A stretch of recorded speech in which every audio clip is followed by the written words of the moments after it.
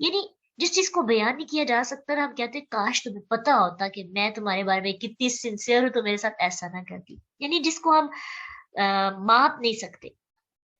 اور تیسرا کہ وہ لوگ جو ہجرت نہیں کر سکے، کاش کہ وہ جان لیتے تو وہ ضرور ہجرت کرتے۔ اللہ نے ہجرت کرنے والوں کے لیے کتنا اجر رکھا ہے، دنیا میں بھی اور آخرت میں بھی۔ تو نا ایک بات مجھے یہاں پہ سمجھ آ رہی تھی کہ ہمیں پریورٹی دینی چاہیے دین کو، ایسی جگہوں کا انتخاب کریں جہاں رہ کے اسلام پہ عمل اچھا ہو سکے اور پریشان نہ ہو۔ کیوں؟ کیونکہ اللہ دنیا کے اندر ہی آپ کو دے دے، وقتی طور پہ آپ کو لگتا ہے کہ یہ جگہ میرے رہنے کی نہیں، آسائشیں نہیں، خواہشات پوری نہیں ہوگی، لیکن کیا ہوتا ہے اللہ کا وعدہ لَنُبَوِّئَنَّهُمْ، اس کو ہائی لائٹ کریں اور اس پہ اتنا فوکس کریں، اتنا فوکس کریں، اس کو دیکھتے جائیں اور کہیں میرا رب وَمَنْ أَصْدَقُ مِنَ اللَّهِ حَدِيثًا، میرا رب کچھ بھی ایسی بات نہیں کہتا کہ جو اس کو وہ پورا نہ کر سکے، اور وہ کہہ رہا ہے، تاکید کے ساتھ کہہ رہا ہے، میں تمہیں ضرور ٹھکانہ دوں گا دنیا میں، بہترین ٹھکانہ۔ آخرت تو آئے گی بعد میں، دنیا کا انسان پہلے سوچتا ہے نا۔ جب اس چیز پر انسان کا یقین ہو جاتا ہے، اسی لیے تو اللہ تعالیٰ نے آگے کہہ دیا نا الذین صبروا علی ربہم یتوکلون، یہ وہ لوگ ہیں جنہوں نے صبر کیا اور جو اللہ پہ بھروسہ رکھتے ہیں، اللہ پہ توکل رکھتے ہیں۔ اور صبر اور توکل ہی ایسی دو چیزیں ہیں جس کی وجہ سے انسان ایک جگہ سے دوسری جگہ ہجرت کر سکتا ہے، ایک برائی کو چھوڑ کر نیکی کی طرف جا سکتا ہے، برائی کی مجلسوں کو چھوڑ کر نیکی کی مجالس کو جوائن کرتا ہے، برے دوستوں کو چھوڑ کر نیک لوگ کے پاس چلا جاتا ہے، بری ڈگری یا ایسا علم جو اس کو فائدہ نہیں پہنچاتا، ہاں اس کے اوپر سے کتنے ہی پیسے لگائے، اس کو چھوڑ کر قرآن کی طرف آتا ہے، وہی بندہ جو صبر کرتا ہے اور توکل رکھتا ہے، سودی کاروبار چھوڑ کر حلال رزق کی طرف آتا ہے، حرام ریلیشنز کو چھوڑ کر حلال رشتوں کی طرف آتا ہے۔ بہت سی اپرچونٹیز ہوتی ہیں لیکن وہ اپرچونٹیز اس کے دین کے لیے نقصان دہ ثابت ہوتی ہے، اس کو چھوڑ کر ایسی اپرچونٹیز جو ہوتی تو کم ہے، مفاد بھی، فائدہ نفع کم ہے، لیکن وہاں اس کا ایمان بچتا ہے، اس کی طرف آتا ہے۔ صرف وہ بندہ جو صبر کرتا ہے اور توکل رکھتا ہے، اسی کو یہ سب چیزیں ملتی ہیں۔ جو بندہ مستقبل کے خوف میں مبتلا ہوتا ہے، وہ اپنا گھر کبھی بھی نہیں چھوڑ سکتا، وہ اپنی حرام رشتوں کو ختم نہیں کر سکتا، وہ کہتا ہے کہ اس سے بہتر مجھے کوئی چیز نہیں ملے گی، وہ حرام کاروبار کو ختم نہیں کر سکتا، وہ برے دوستوں کو چھوڑ نہیں سکتا۔ کہاں جاؤں گا، کہاں سے کھاؤں گا، کہاں ملیں گے ایسے لوگ؟ وہ اسی خوف کی چکی میں پستا رہتا ہے، نچلے پارٹ کے اندر ہمیشہ اوپر کے پارٹ کا بوجھ برداشت کرتا رہتا ہے اور اپنے ایمان سے ہاتھ دھو بیٹھتا ہے۔ تو being a Muslim and being a girl, جب ہمیں چوائسیز ہوتی ہیں، ہمارے پاس انتخاب ہوتا ہے، کسی بھی انسان کا انتخاب، گھر کا انتخاب کرنے کا، تو اس وقت بھی پریارٹی دیں دین کو۔ اور یہ چیز یاد رکھیے کہ جب آپ اللہ کی رضا کو چاہتے ہوئے ان جگہوں کا انتخاب کرتے ہیں جہاں پہ آپ کو لگتا ہے کہ میرا دین پہ عمل کرنا آسان ہوگا، ہاں خواہشات آسائشات میری وہاں پوری نہیں ہو سکتی، وقتی طور پر وہ آزمائش ہے، صرف آپ کے انتخاب کے وقت جب آپ انتخاب میں پاس ہو جاتے ہیں نا، اس چیز کو انتخاب کر لیتے ہیں، پھر اللہ ایسے رستے کھولتے ہیں لَنُبَوِّئَنَّهُمْ فِي الدُّنْيَا حَسَنَةً۔ آپ حیران رہ جاتے ہیں، میرے رب جب میں نے اس چیز کا انتخاب کیا تھا، جب لوگ مکہ سے مدینہ گئے تھے تو مدینہ کی کوئی ویلیو ہے تھی اس وقت؟ آج مدینہ میں جانے کے لیے کتنی تڑپ ہے ہمیں، مدینہ مدینہ کیوں ہے؟ نبی صلی اللہ علیہ وسلم وہاں پہ رہے، مدینہ والوں نے ویلکم کیا، مدینہ نے جگہ دی، کیا ان کو امید تھی کہ مدینہ میں یہ سب کچھ ملے گا، اتنی عزت ملے گی، پوری حکومت ملے گی؟ ہاں اللہ کی بات پہ یقین تھا۔ ہم نے اپنے لیے مدینہ اس جگہ کو خود بنانا ہوتا ہے، کیسے؟ انتخاب، بس وہ سٹیپ جس وقت آزمائش ہو رہی ہوتی ہے نا، اس وقت بس اللہ پہ بھروسہ رکھیں، توکل کریں، میرا رب مجھے ضائع نہیں کرے گا۔ میں اگر چھوڑ کے جا رہی ہوں کسی چیز کو، مثلا آپ کے پاس انتخاب ہے، اگر رشتہ ہی ہو رہا ہے اس معاملے میں بہت زیادہ ہمیں گائیڈنس کی ضرورت ہوتی ہے. ایک دو جگہ آپ کے پاس، ایک جگہ سائشات ہیں اور ایک جگہ آپ کا دین ہے. آپ کو لگتا ہے کہ اگر میں نے سائشات والی جگہ کا انتخاب کیا تو ایون کہ میری نماز تک ضائع ہو جائے گی.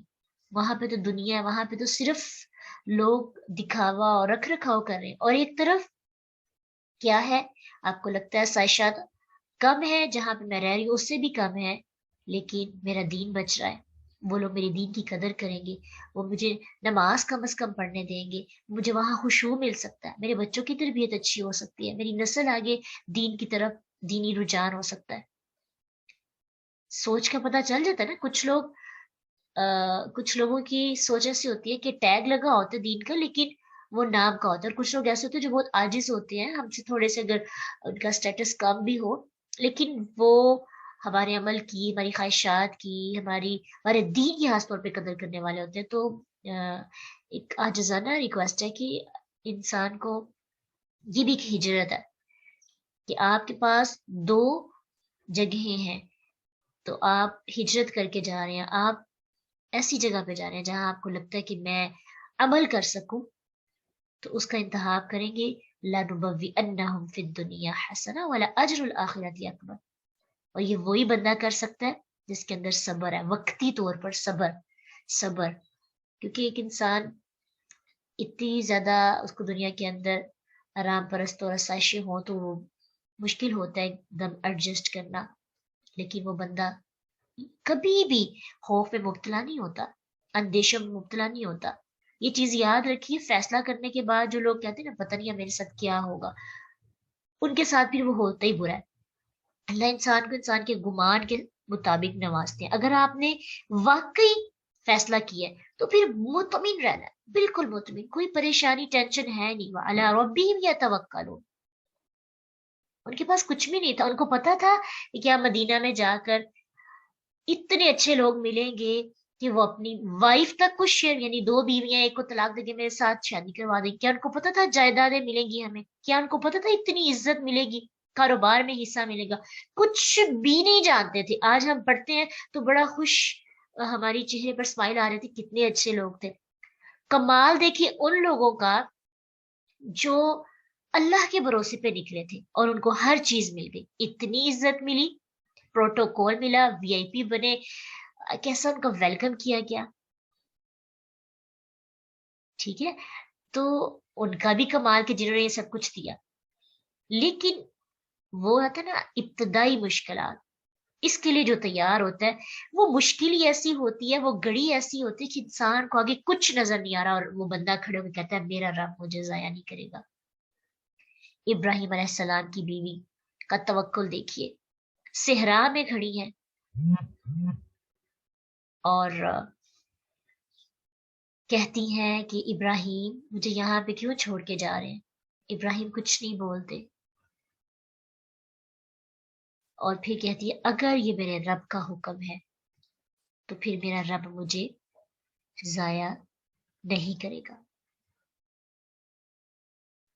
تو ایسا توکل ہوگا تو پھر صحرا سے چشمے پھوٹیں گے،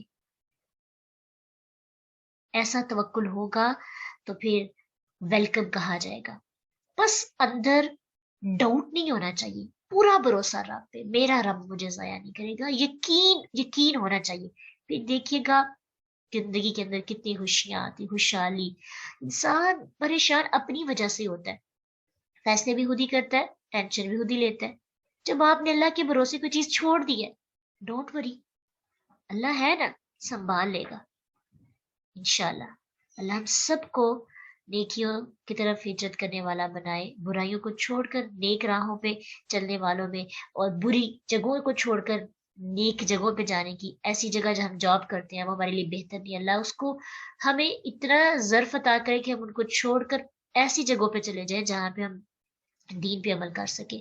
اپنے تمام معاملات کو دیکھنا ہے کہ کیسی جگہیں جو ہمارے لیے سوٹیبل نہیں ہے، اور اگر اس سے بہتر جگہ ہے ایسی جہاں پہ دین پہ عمل ہو سکتا ہے تو پھر اللہ سے دعا کرنی چاہیے، ہمیں توکل بھروسہ اللہ عطا کرے تاکہ ہم اپنے دین کو داؤ پہ نہ لگائیں. وآخر دعوانا الحمد للہ رب العالمین.